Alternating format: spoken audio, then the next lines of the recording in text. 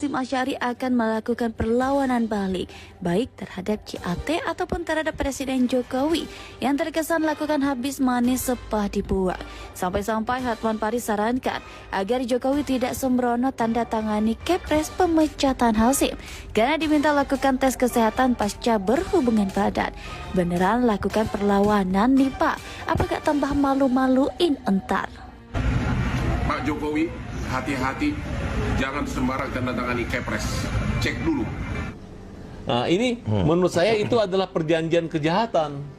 Artinya, siapa yang menjadi korban di situ bukan wanita itu. Yang menjadi korban itu adalah Ketua KPU Bapak Hasyim Asy'ari. Harusnya DKPP sebagai negara ataupun Bawaslu harus memproses wanita itu dulu gitu. Halo Bapak Presiden Jokowi.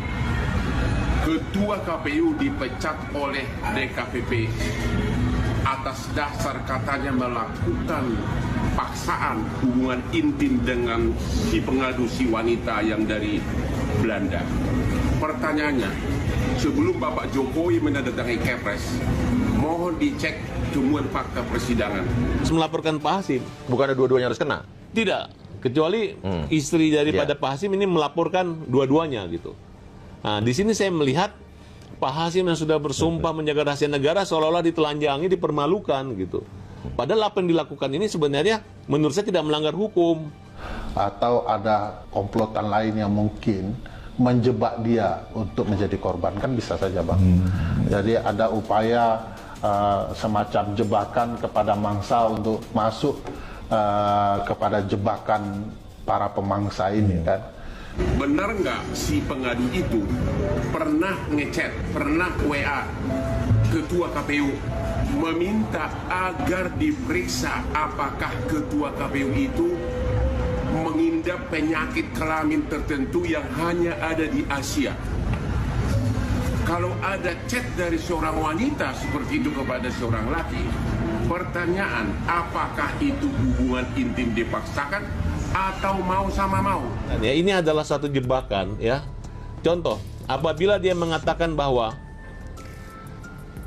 adanya chat atau komunikasi bahwa dia menderita penyakit, misalnya penyakit apa akibat setelah berhubungan, itu merupakan satu. Maksudnya apa? Penyakit itu apa penyakit? Ya, saya nggak mau nyebut penyakitnya, apa itu penyakit kelamin atau penyakit kekerasan dan lain-lain sebagainya. Itu adalah suatu penciptaan alibi yang digunakan oleh wanita tersebut ingin membuat satu bukti jawaban. Ya contoh, Pak Hasyim nggak sakit, kita sakit, dua-dua akhir pasti saya akan ke dokter, itulah digunakan dia untuk membuat satu bukti. Dan herannya wanita ini diterima oleh LBH UI. Seorang Hasyim Asy'ari yang sekarang ternyata berada di titik terendah, bahkan kita dengar istrinya meminta cerai. Inilah yang disebut dengan dunia ya. Makanya kita ini kalau muji nggak boleh berlebihan, katanya begitu ya. Dan kita juga berupaya untuk tetap berada dalam koridor yang objektif. Justru penjahatnya ini yang dibela.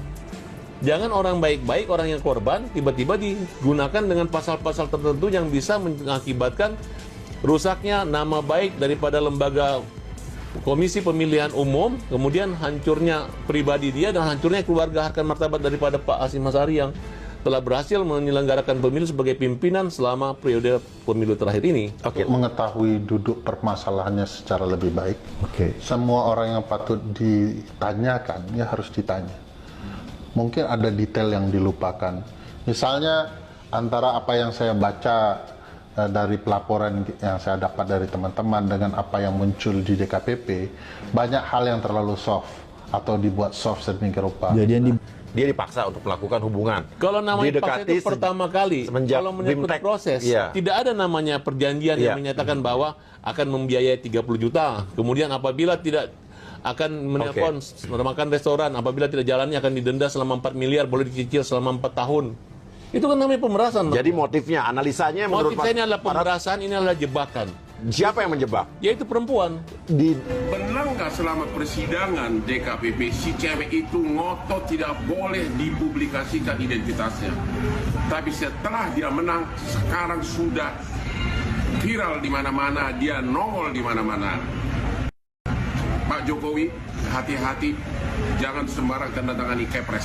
Dewan yang menjaga kehormatan penyelenggara pemilu ini jangan asal main kemudian putusannya dia, oh dulu Pak Hasim pernah ada laporan Hasim. Ya, laporan Hasim itu sudah dilaporkan ke Polda Metro Jaya, nggak ada masalah.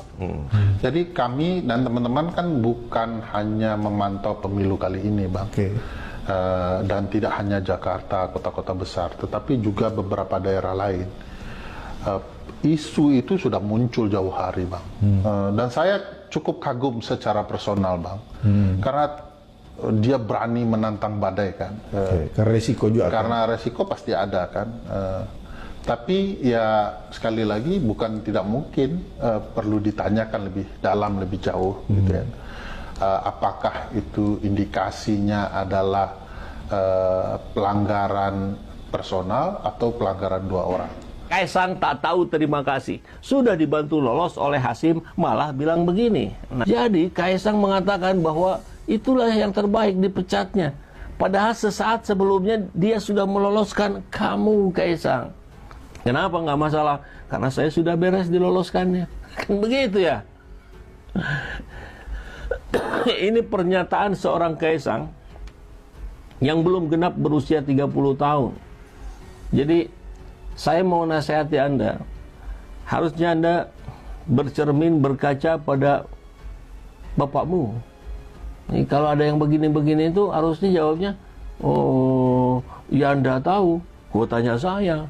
Nah itu aman itu clear itu kalau jawabannya begitu. Tapi kalau disebut yang terbaik, maka kita pertanyakan bagaimana adab, etika, rasa tak tahu terima kasihnya seorang Kaisang yang sudah diloloskan. Korban penyelenggara pemilu, baik berupa kekerasan seksual dan lain-lain, itu melaporkan ke kita. Sehingga kemudian kita bisa melihat, mendata di mana saja berlangsung. Tapi harus diakui nih Bang, kami akui bahwa tidak mudah bagi korban untuk menyampaikan hal tersebut. Tidak segampang yang kita pikirkan. Tentu perbuatan Hasim itu perbuatan yang bejat, layak dipecat, yang membuat marah kaum perempuan di Indonesia. Tapi posisinya khususon bagi Kaisang, Anda sudah dibantu oleh Hasyim Asy'ari. Apa yang akan dilakukan seorang mantan ketua KPU setelah jabatannya dicopot? Apakah justru akan diangkat jadi duta? Duta burung berkicau misalnya? Atau duta besar dan berkuasa penuh untuk negeri Belanda? Atau malah jadi duta pemilu jujur dan berintegritas di Nigeria?